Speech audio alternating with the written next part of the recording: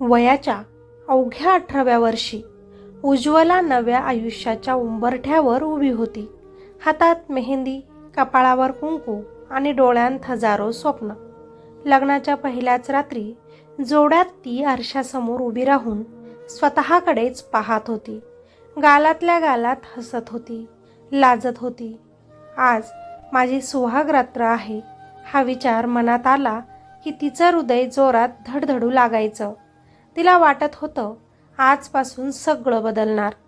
कोणीतरी तिच्यावर मनापासून प्रेम करणार.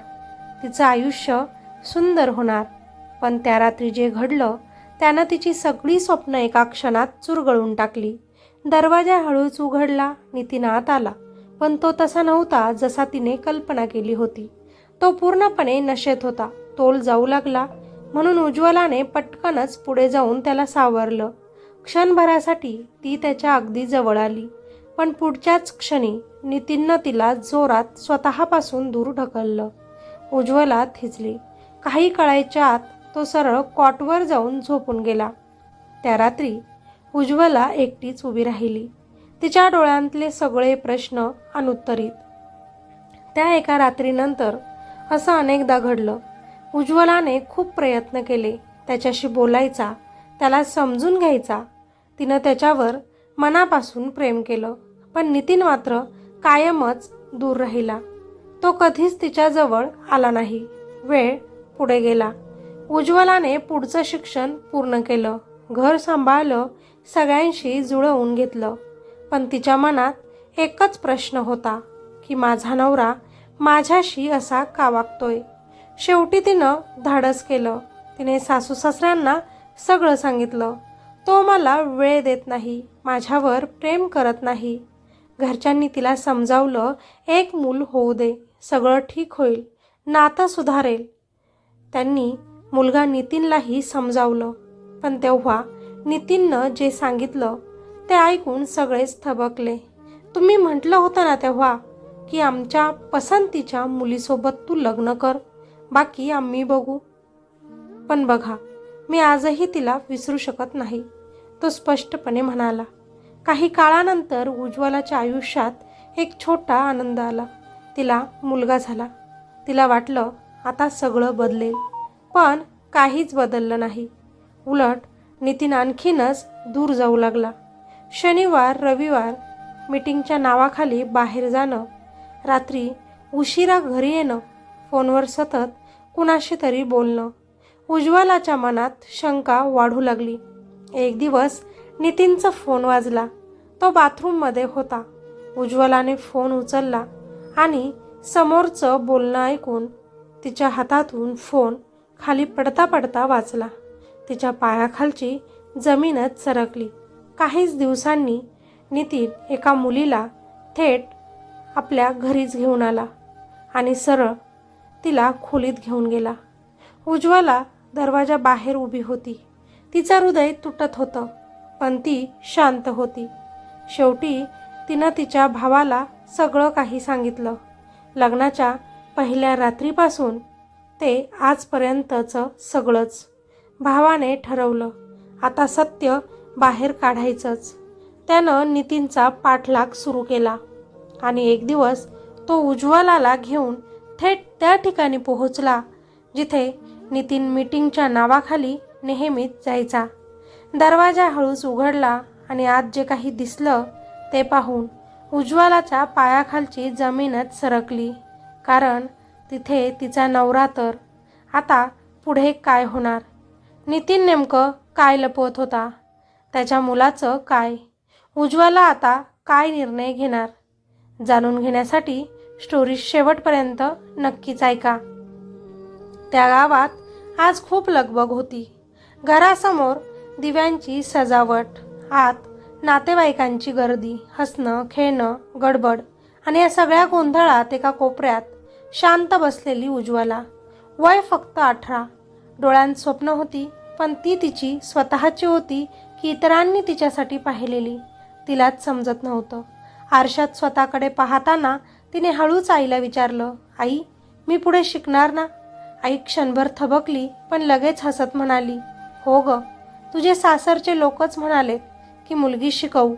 खूप चांगलं घर मिळालंय तुला. चांगलं घर हा शब्द तिच्या मनात रेंगाळत राहिला. थोड्याच वेळात बारात आली. लग्नाचे सगळे विधी झाले आणि उज्ज्वला नितीनची बायको झाली. नितीन दिसायला देखना, मोठ्या नोकरीला होता म्हणून सगळ्यांनाच तो आवडला. पण लग्नाच्या दिवशी उज्ज्वलाने एक गोष्ट लक्षात घेतली. तो फारसा हसत नव्हता. तिला वाटलं कदाचित थकलेला असेल तो धावपळीत. रात्र झाली. सगळे रीतिरिवाज संपले आणि उज्ज्वला हळूच खोलीत आली. मनात भीती, थोडी लाज, थोडी उत्सुकता. आजपासून नवीन आयुष्य सुरू होणार माझं, ती स्वतःलाच म्हणाली. दरवाजा उघडला आणि नितीन आत आला. पण त्याच्या चालण्यातच काहीतरी वेगळं होतं. त्याचा तोल जात होता. दारूचा वास स्पष्ट जाणवत होता. उज्ज्वला घाबरली, पण पुढे जाऊन त्याला सावरतच म्हणाली, सावकाश, पडशील. पुढच्याच क्षणी नितीननं तिच्याकडे एकटक पाहिलं आणि अचानक तिला स्वतःपासून दूर ढकललं. उज्ज्वला धक्का बसून मागे सरकली. मला नकोय हे सगळं, तो अडखळत म्हणाला आणि बाजूला जाऊन झोपला. उज्ज्वला संपूर्ण रात्र जागी होती. तिला काही समजत नव्हतं की काय झालं. पण एक गोष्ट स्पष्ट होती, तिचा नवरा खुश नव्हता. दुसऱ्या दिवशी सकाळी ती सासूकडे गेली. आई, काल रात्री ती काहीतरी सांगणार होती, पण सासूनं तिचा हात धरत शांतपणे म्हटलं, बघ उज्ज्वला, आता तुझा नवरा नितीन तुझी जबाबदारी आहे. पुरुष असतातच तसे. कधी कधी वागणं चुकतं. तू त्याला नीट कर, समजाव, त्याच्यावर प्रेम कर. तुझं प्रेम त्याला बदलून टाकेल. यावर उज्ज्वला काही बोलली नाही, पण तिच्या मनात एक निर्धार झाला, मी प्रयत्न करेन. दिवस पुढे जाऊ लागले. उज्ज्वला पूर्णपणे नितीनची काळजी घेऊ लागली. वेळेवर जेवण, कपडे, त्याच्या सगळ्या गरजा. पण नितीन मात्र अजिबात बदलत नव्हता. तो तिच्याशी फारसं बोलत नव्हता. उलट कधी कधी तिचा अपमान करत होता. इतकंही कळत नाही तुला? डोकं आहे की नाही? अशा शब्दांनी तिचं मन रोज जखमी होत होतं. तरीही ती गप्प राहायची, कारण तिला सासूचे शब्द आठवायचे. प्रेमाने सगळं बदलतं.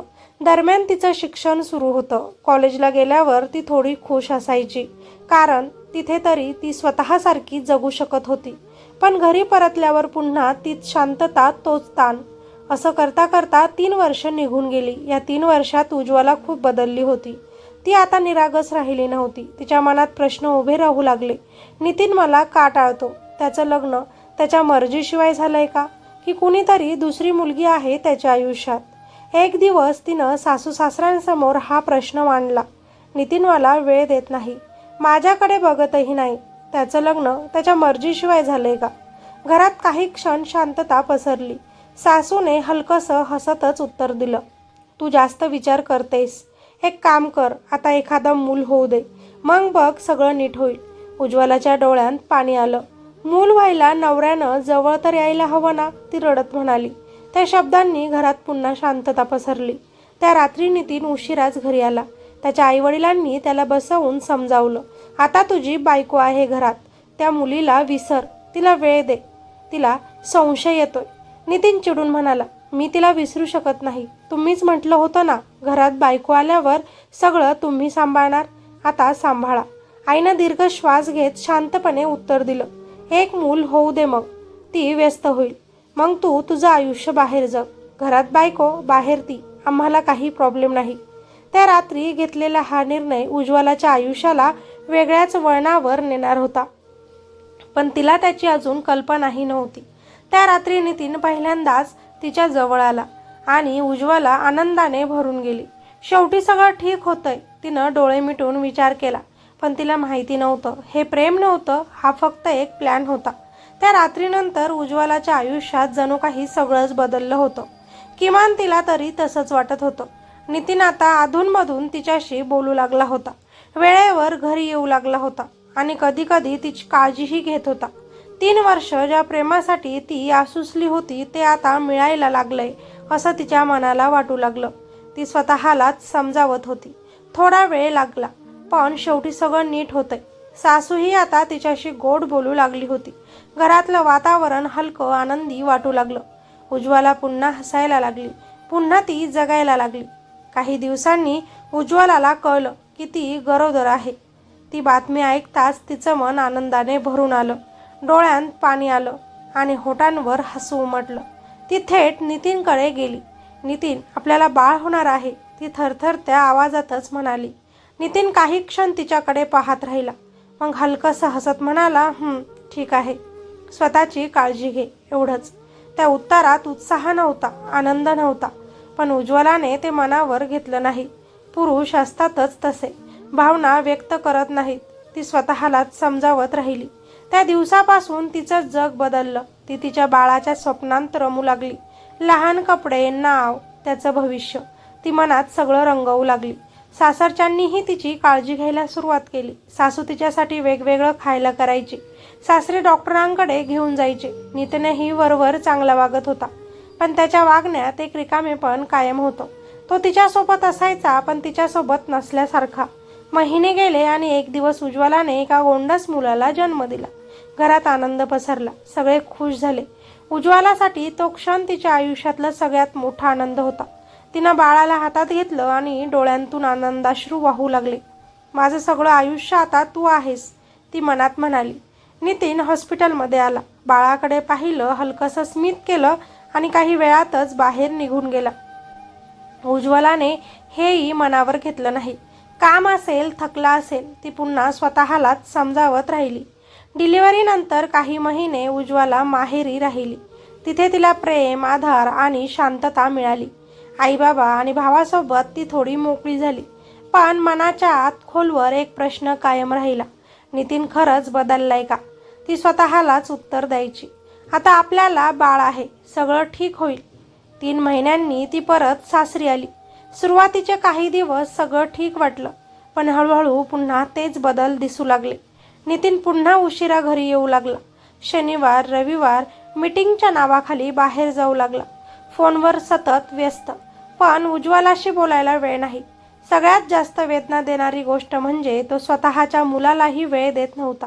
बाळ त्याच्या जवळ आलं की तो दूर व्हायचा. कधी प्रेमाने उचललं नाही, कधी त्याच्याशी खेळला नाही. उज्ज्वलाचं मन हळूहळू तुटत होतं. एक दिवस तिनं नितीनला विचारलं, तू पुन्हा तसाच का वागतोयस? आपल्या बाळासाठी तरी थोडासा वेळ दे. नितीननं चिडूनच उत्तर दिलं, डोकं खाऊ नकोस, मला काम असतं. सगळं काही तुला सांगावं लागतं का? त्या शब्दांनी उज्ज्वला शांत झाली, पण तिच्या मनातलं दुःख आणखीनच वाढलं. दिवस पुढे जात होते. बाळ 2 वर्षांचं झालं आणि त्यांच्या लग्नाला आता 6 वर्ष पूर्ण झाली. पण त्यांच्या नात्यात काहीच उरलं नव्हतं. ना प्रेम, ना जवळी, फक्त जबाबदारी आणि शांततेत दडलेलं दुःख. एक दिवस नितीन बाथरूममध्ये असताना त्याचा फोन वाजला. उज्ज्वलाने सहज फोन उचलला. समोरून एका मुलीचा आवाज आला, पार्सल पोहोचलं आहे, पॅकिंग पण झालं आहे, लवकर ये. त्या आवाजाने उज्ज्वलाच्या अंगात थरकाप उडाला. तिचं हृदय जोरात धडधडू लागलं. तिनं काही न बोलता फोन कट केला आणि शांतपणे ठेवून दिला. नितीन बाहेर आला. कुणाचा फोन होता? त्यानं विचारलं. उज्ज्वला काही क्षण त्याच्याकडे पाहत राहिली, पण स्वतःला सावरत म्हणाली, काही नाही, चुकीचा नंबर असेल. नितीननं काही विचारलं नाही. मी आज मीटिंगला जातोय, 4 दिवसांनी येईन, सगळ्यांची काळजी घे, एवढं सांगून तो निघून गेला. दरवाजा बंद झाल्यानंतर बराच वेळ उज्ज्वला तशीच जमिनीवर बसून होती. तिच्या डोळ्यांतून अश्रू थांबत नव्हते. फोनवर ऐकलेलं ते काही शब्द तिच्या कानात पुन्हा पुन्हा घुमत होते. पार्सल पोहोचलं आहे, पॅकिंग पण झालं आहे, लवकर ये. त्या शब्दांचा अर्थ तिला पूर्णपणे कळला होता. आता तिच्या मनात शंकेसाठी जागाच उरली नव्हती. म्हणजे प्रत्येक शनिवारी रविवारी आपला नवरा, कामावरून उशीर करणारा आपला नवरा, आता सत्य तिच्यासमोर उभं होतं. ती उठली, आरशासमोर जाऊन उभी राहिली. स्वतःकडे पाहताना तिला एकच प्रश्न पडला की काय कमी आहे माझ्यात? तिच्या डोळ्यांत वेदना होती, राग होता, पण त्याहून जास्त होता तो अपमान. इतकी वर्ष ती ज्या नात्यासाठी झगडत होती, ते नातं तिच्याशिवाय कुठेतरी जगत होतं. 4 दिवस नितीन घरी नव्हता. त्या 4 दिवसात उज्ज्वला पूर्णपणे बदलली. ती रडली, तिनं विचार केला, स्वतःशीच बोलली आणि शेवटी एक निर्णय घेतला. ती गप्प बसणार नाही. नितीन घरी आला तेव्हा घरात एक विचित्र शांतता होती. उज्ज्वला त्याच्या समोर उभी राहिली. तिच्या डोळ्यांत आता भीती नव्हती, फक्त सरळ प्रश्न होते. कोण आहे ती? तिनं थेट विचारलं. नितीन थोडा दचकला, पण लगेच स्वतःला सावरत म्हणाला, काय बोलतेस तू? नाटक करू नकोस. फोन मी उचलला होता त्या दिवशी. उज्ज्वला शांत पण ठाम आवाजात म्हणाली. काही क्षण दोघांमध्येही शांतता पसरली. नितीनने नजर चुकवली. तो काही बोलला नाही, पण त्याची शांतता सगळं सांगून जात होती. उत्तर दे, कोण आहे ती? उज्ज्वलाचा आवाज आता थरथरत होता. नितीन चिडला. हो आहे, आहे कोणीतरी दुसरी मुलगी आयुष्यात. आतापासून नाही, लग्नाच्या आधीपासूनच होती. खूप प्रेम करतो मी तिच्यावर. सांग, काय करशील तू? तो रागानेच म्हणाला. त्या शब्दांनी उज्ज्वलाच्या पायाखालची जमीनच सरकली. तिच्या डोळ्यात पाणी आलं. पण यावेळी ती रडली नाही. माझ्याशी लग्न का केलंस मग? तिनं त्याला विचारलं. माझ्या घरच्यांसाठी केलं. त्यांना मी पसंत केलेली मुलगी नको होती. नितीननंही थेट उत्तर दिलं. आणि माझं काय? माझं आयुष्य, आपलं मूल, त्याचं काय? उज्ज्वला ओरडली. मला काही फरक पडत नाही त्याचा, पण मी तिला सोडू शकत नाही. माझं तिच्यावर जीवापाड प्रेम आहे. तिला मी सोडून कुणी नाही. त्या एका वाक्यानं उज्ज्वला पूर्णपणे तुटली. इतकी वर्ष ती ज्या प्रेमासाठी झगडत होती, ते प्रेम तर आधीच कुणाचं तरी दुसऱ्याचंच होतं. त्या रात्री घरात मोठं भांडण झालं. आवाज ऐकून सासू सासरे बाहेर आले. उज्ज्वलाने सगळं त्यांच्या समोर सांगितलं, पण तिला अपेक्षित असलेली प्रतिक्रिया त्यांच्याकडून मिळाली नाही. सासू शांतपणे म्हणाली, हे प्रकरण मोठं करून काय फायदा? पुरुष असतातच तसे, थोडंफार चालतंच, इतकं काय? उज्ज्वला थक्क झाली. म्हणजे तुम्हाला सगळं आधीच माहिती आहे? तिनं अविश्वासाने विचारलं. सासूनं नजर चुकवली. आम्ही फक्त घर टिकवायचा प्रयत्न करतोय. तुमचा घर टिकवायचा की माझं आयुष्य संपवायचा? उज्ज्वला रडतच म्हणाली. सासरेही मध्ये पडले. बाळ आहे आता तुमचं, त्याच्यासाठी तरी शांत राहा. त्या क्षणी उज्ज्वलाला समजलं, ती या घरात एकटीच आहे. तिने त्या रात्री माहेरी फोन केला. आईनं फोन उचलला. आई, एवढंच म्हणता तिचा आवाज भरून आला. आईनं लगेच विचारलं, काय झालं? सगळं ठीक तर आहे ना? उज्ज्वला काही क्षण गप्प राहिली आणि मग म्हणाली, हो, सगळंच ठीक आहे. ती पुन्हा खोटं बोलली, कारण तिला माहिती होतं, सत्य सांगितलं तर तिचे आई बाबा तुटतील. पुढचे काही दिवस घरात रोज भांडणं होऊ लागलं. उज्ज्वला प्रत्येक वेळी एकच म्हणायची की तू तिला सोड, आपल्या मुलासाठी तरी माझा हो, आपला संसार सांभाळ. पण नितीन प्रत्येक वेळी तेच उत्तर द्यायचा की मी तिला सोडू शकत नाही. एक दिवस त्यानं सरळ सांगितलं, हे बघ उज्ज्वला, तुला जे हवं ते सगळं मी देईन, पैसे, मोठं घर, सगळं. पण ही गोष्ट कुणालाही सांगू नकोस. जे चालू आहे ते तसंच चालू दे.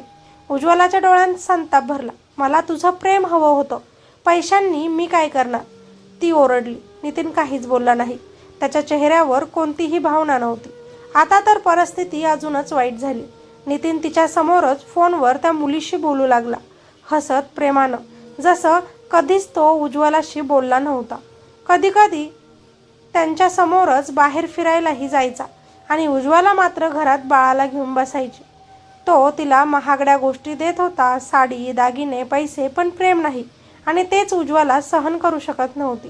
तिच्या मनात एकच विचार सतत फिरत होता, मी नेमकी कोण आहे या नात्यात? बायको की फक्त त्याची एक जबाबदारी? दिवस पुढे जात होते. मुलगा 5 वर्षांचा झाला, पण घरातलं वातावरण तसंच होतं. तणाव, टोमणे, अपमान. आणि मग एक दिवस नितीन त्या मुलीला, वैशालीला, डायरेक्ट घरी घेऊन आला. उज्ज्वलाच्या डोळ्यांसमोरच ती थिजून उभी राहिली. तिच्या हातांतलं सगळं खाली पडलं. नितीन काहीच न बोलता तिला आत घेऊन गेला आणि खोलीचा दरवाजा बंद झाला. तो दरवाजा बंद होण्याचा आवाज उज्ज्वलाच्या आयुष्याचा शेवट होता. ती बाहेर उभी होती. तिच्या डोळ्यांतून अश्रू वाहत होते. आतून हसण्याचे आवाज येत होते आणि बाहेर तिचं मन तुकडे तुकडे होत होतं.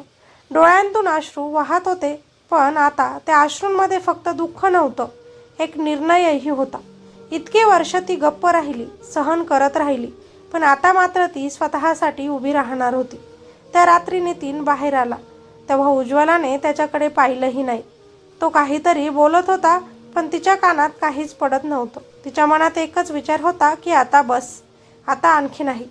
पुढच्या दिवशी सकाळी तिनं फोन उचलला आणि थेट आपल्या भावाला कॉल केला. दादा, एवढं म्हणताच तिचा आवाज भरून आला. भावाने लगेचच विचारलं, काय झालं उज्ज्वला, तू रडतेस का? यावेळी मात्र उज्ज्वला थांबली नाही. इतकी वर्ष तिनं जे काही मनात दडवून ठेवलं होतं ते सगळं तिने आपल्या भावासमोर मोकळं केलं. लग्नाच्या पहिल्या रात्रीपासून तर आजपर्यंत. नितीनचं वागणं, त्याचा अपमान, त्याचं दुसऱ्या मुलीसोबतचं नातं, सगळं. फोनच्या त्या टोकाला काही क्षण शांतता होती. तू आधी का नाही सांगितलंस मला? भावाचा आवाज रागाने भरला होता. आईबाबांना त्रास नको होता, उज्ज्वला हळू आवाजात म्हणाली. आता बस, तू काहीच बोलू नकोस, मी येतो, तो ठामपणे म्हणाला. दुसऱ्याच दिवशी तिचा भाऊ घरी आला. त्याच्या चेहऱ्यावर राग स्पष्ट दिसत होता. उज्ज्वलाने त्याच्याकडे पाहिलं आणि पुन्हा तिचे डोळे भरून आले. तू काळजी करू नकोस, आता सगळं मी बघतो, त्यानं तिच्या डोक्यावर हात ठेवतच म्हटलं. त्यानं शांतपणे सगळी परिस्थिती समजून घेतली. घरच्यांशी बोलण्याचा प्रयत्न केला, पण त्यांना काही फरक पडत नव्हता. ते अजूनही त्याच्याच पक्ष घेत होते. घर टिकायला पाहिजे, लोक काय म्हणतील, हेच त्याचं उत्तर होतं. भावाला समजलं, इथे बोलून काही उपयोग नाही. त्यानं ठरवलं सत्य शोधायचं. पुढचे काही दिवस त्यानं नितीनचा पाठलाग केला. त्याच्या ऑफिसपासून ते त्याच्या मीटिंगच्या ठिकाणांपर्यंत सगळं शांतपणे निरीक्षण केलं. आणि मग एक दिवस त्याला तो पत्ता मिळाला जिथे नितीन प्रत्येक शनिवारी रविवारी जात होता. त्या ठिकाणी तो गेला आणि जे त्यानं पाहिलं त्यानं त्याचेही पाय थरथरले. नितीन आणि एक मुलगी वैशाली तिथं एकत्र राहत होते. फक्त एकत्र नाही, ते नवरा बायकोसारखं राहत होते. शेजाऱ्यांना ते पती पत्नी म्हणूनच माहिती होते. भावाच्या डोळ्यांत राग आणि धक्का एकाच वेळी होता. याने फक्त फसवलंच नाही, यानं दुसरं आयुष्यच उभं केलंय, तो स्वतःशीच म्हणाला. त्या संध्याकाळी तो थेट उज्ज्वलाकडे आला. तयार हो, आत्ताच कुठेतरी जायचं आहे, त्यानं ठामपणे सांगितलं. उज्ज्वला काहीच न विचारता तयार झाली. तिच्या मनात भीती होती, पण तिला माहिती होतं आज काहीतरी मोठं होणार आहे. काही वेळात ते त्या पत्त्यावर पोहोचले. उज्ज्वलाचं हृदय जोरात धडधडत होतं. भावाने दरवाजा ठोठावला. दरवाजा उघडला आणि समोर उभा होता नितीन. त्याच्या चेहऱ्यावरचा रंगच उडाला. तू इथे, तो अडखळतच म्हणाला. उज्ज्वलाने त्याच्याकडे पाहिलं. तिच्या डोळ्यात आता अश्रू नव्हते, फक्त रिकामेपण होतं. आतून एक मुलगी बाहेर आली. ती होती वैशाली. तिनं उज्ज्वलाकडे पाहिलं आणि काहीच बोलली नाही. त्या घरात सगळं स्पष्ट होतं. दोघांचे फोटो, एकत्र आयुष्य, सगळं. उज्ज्वलाच्या वडिलांनीही त्यांना तिथे पाहिलं आणि ते पूर्णपणे हादरले. हे काय चाललंय नितीन? त्यांनी रागानेच विचारलं. नितीन काहीच बोलू शकत नव्हता. सगळं उघड झालं होतं. उज्ज्वलाने एक दीर्घ श्वास घेतला आणि शांतपणे म्हणाली, बस, आता पुरे झालं. तिनं तिच्या वडिलांचा हात धरला आणि मागे वळून पाहिलंही नाही. त्या क्षणी तिनं तिचं सासर, तिचं नातं सगळं मागे सोडलं. त्या रात्री उज्ज्वला तिच्या माहेरी कायमची परत आली. आई बाबा तिला पाहून रडू लागले. त्यांना आता सगळं कळलं होतं. माफ कर बाळा, आम्हाला काहीच माहिती नव्हतं, आई रडतच म्हणाली. उज्ज्वला शांत होती. आता रडून काय उपयोग नाही, ती हळूच म्हणाली. आता मला फक्त पुढे जायचं आहे. तिच्या आवाजात दुःख होतं, पण त्याहून जास्त ताकद होती. दुसऱ्याच दिवशी तिच्या वडिलांनी जावयावर केस केली, म्हणजेच नितीनवर. सासरचे लोक पुन्हा तिला समजवायला आले. थोडं शांत बस, घर संसार वाचव, ते तिला म्हणत होते. पण उज्ज्वला आता ठाम होती. मी माझा नवरा दुसरीला शेअर करू शकत नाही, ती सरळ म्हणाली. तो फक्त माझा बनून राहणार असेल तर मी पुन्हा येईन माघारी. नितीनचे आईवडील यांनी त्याला खूप समजावलं, पण नितीन शेवटी म्हणाला, माझ्यावर जबरदस्ती करू नका आता. मी वैशालीवर खूप प्रेम करतो, तिला मी सोडू शकणार नाही. मी उज्ज्वला, तिचा मुलगा यांची जबाबदारी घेईन, पण मी ते प्रेम तिला देऊ शकणार नाही जे वैशालीवर करतो. त्या एका वाक्यानं सगळंच संपलं. उज्ज्वलाने त्याच्याकडे पाहिलं आणि त्याला म्हणाली, ठीक आहे, मग मीही माझं आयुष्य तुझ्याकडून परत घेते. आता जा तुम्ही. त्या रात्रीनंतर उज्ज्वलाच्या आयुष्यात एक मोठा निर्णय पक्का झाला होता. ती शांत होती, पण आतून पूर्णपणे बदलली होती. आधीसारखी रडणारी, सहन करणारी उज्ज्वला आता उरली नव्हती. तिच्या डोळ्यात आता फक्त एकच गोष्ट होती, स्वतःसाठी जगायचं. सकाळी घरात सगळेच बसले होते. आई, बाबा, भाऊ सगळ्यांच्या चेहऱ्यावर चिंता होती. उज्ज्वला मात्र शांतपणे बसली होती. उज्ज्वला, आता काय करायचं ठरवलं आहेस? तिच्या वडिलांनी तिला विचारलं. ती काही क्षण गप्प राहिली आणि मग ठाम आवाजात म्हणाली, मला घटस्फोट हवा आहे. त्या शब्दांनी घरात शांतता पसरली. आईंच्या डोळ्यात पाणी आलं. एकदा विचार कर बाळा, तुझा मुलगा आहे, आई हळू आवाजात म्हणाली. उज्ज्वलाने तिच्याकडे पाहिलं. आई, मी इतकी वर्ष फक्त त्याच्यासाठीच तर सहन केलं, पण आता त्यालाही कळायला हवं की त्याची आई कमजोर नाही. भावाने तिच्या निर्णयाला तिला साथ दिली. मी तुझ्यासोबत आहे, तो म्हणाला. काही दिवसांनी कोर्टाची प्रक्रिया सुरू झाली. कागदपत्र, वकील, तारखा सगळं नवीन होतं, अवघड होतं. प्रत्येक वेळी कोर्टात उभं राहताना उज्ज्वलाच्या मनात जुन्या आठवणी येत होत्या. लग्न, स्वप्न, आशा आणि त्यांचं तुटणं. नितीन कोर्टात येत होता, पण त्याच्या चेहऱ्यावर ना पश्चाताप होता ना दुःख. तो शांत होता, जणू काही हा सगळा प्रकार त्याच्यासाठी सामान्यच होता. एक दिवस कोर्टात त्यानं सरळ सांगितलं, मला या लग्नात राहायचंच नाही, मी वैशालीसोबतच राहणार आहे. उज्ज्वलाने ते ऐकलं आणि तिच्या मनात शेवटचं काहीतरी तुटलं. पण यावेळी ती रडलीच नाही. ती फक्त शांत उभी राहिली. पुढचा प्रश्न होता मुलाचा. नितीननं मुलाची जबाबदारी घ्यायला फारसा उत्साह दाखवला नाही. आपला मुलगा तू तुझ्याकडेच ठेव, मी त्याचा खर्च देतो, तो म्हणाला. उज्ज्वलाच्या मनाला पुन्हा एकदा धक्का बसला. हा बाप आहे की फक्त नावापुरता, ती मनातच म्हणाली. कोर्टाने निर्णय दिला की मुलगा उज्ज्वलाकडे राहील आणि नितीन त्याचा पूर्ण खर्च देईल. उज्ज्वलासाठी हा निर्णय महत्त्वाचा होता. तिचं सगळं जग आता तिचा मुलगाच होता. काही महिन्यांच्या संघर्षानंतर घटस्फोट मंजूर झाला. एका सहीने त्यांचं 8 वर्षाचं नातं संपलं.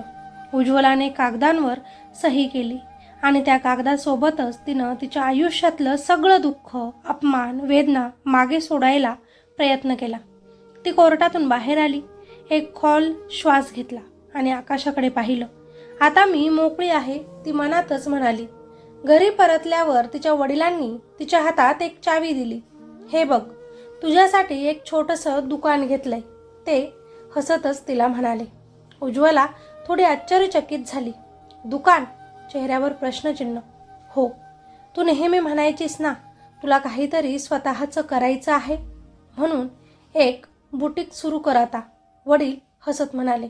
उज्ज्वलाच्या डोळ्यात पाणी आलं, पण यावेळी ते आनंदाचं होतं. धन्यवाद बाबा, ती हळूच तिच्या वडिलांना म्हणाली. काही दिवसांतच उज्ज्वलाने तिचं छोटंसं बुटीक सुरू केलं.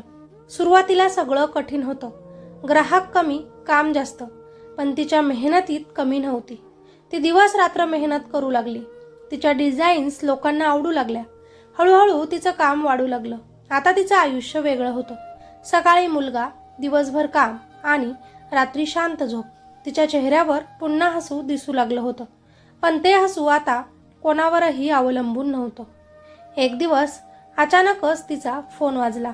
स्क्रीनवर नाव दिसलं, नितीन. उज्ज्वला काही क्षण थांबली आणि मग तिनं तो कॉल उचलला. हॅलो, ती शांतपणे म्हणाली.